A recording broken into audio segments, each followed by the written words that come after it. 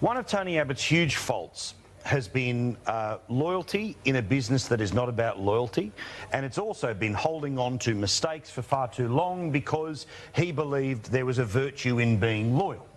Now, we saw that with Bronwyn Bishop, but we also saw that with Arthur Sinodinos. This country, for more than a year, did not have an assistant treasurer.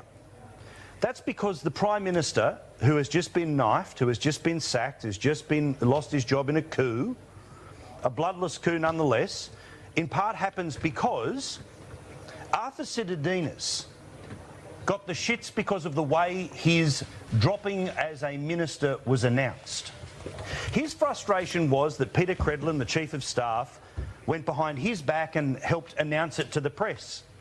So for that sin, for the sin of who found out about when he lost his job, Arthur Sinodinos was the first of many to start marching towards Malcolm Turnbull's door. I take a different view. I think because he spent 10 years as the Chief of Staff to a good Prime Minister, he looked at a very average No. You all want Arthur still on your shows. I understand. Never been on my show. Here's the truth. Never ever been on my show. Arthur Sinodinos helped do in a Prime Minister who held a job open for him for 12 months.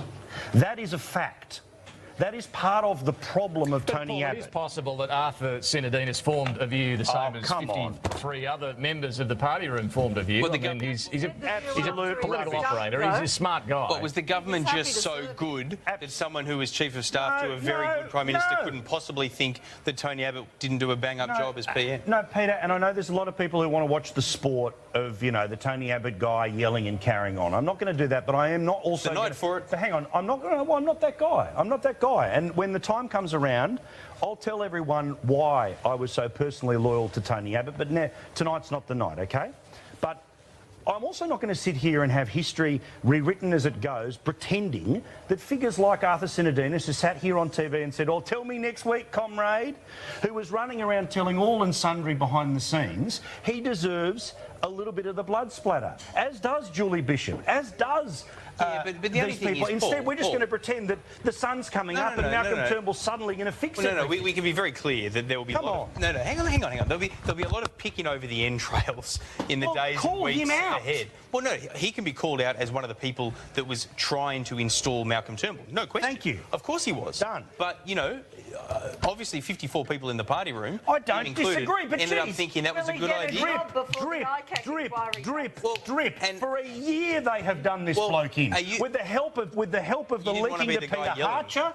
With the help of leaking to Peter Harcher. No. Do the show at another time.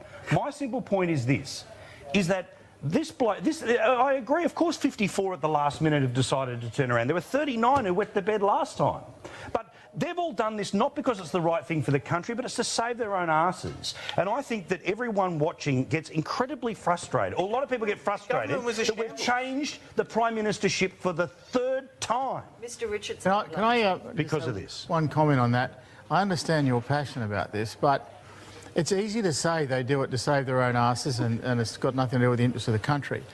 But I've been in this position, unlike anybody else around here.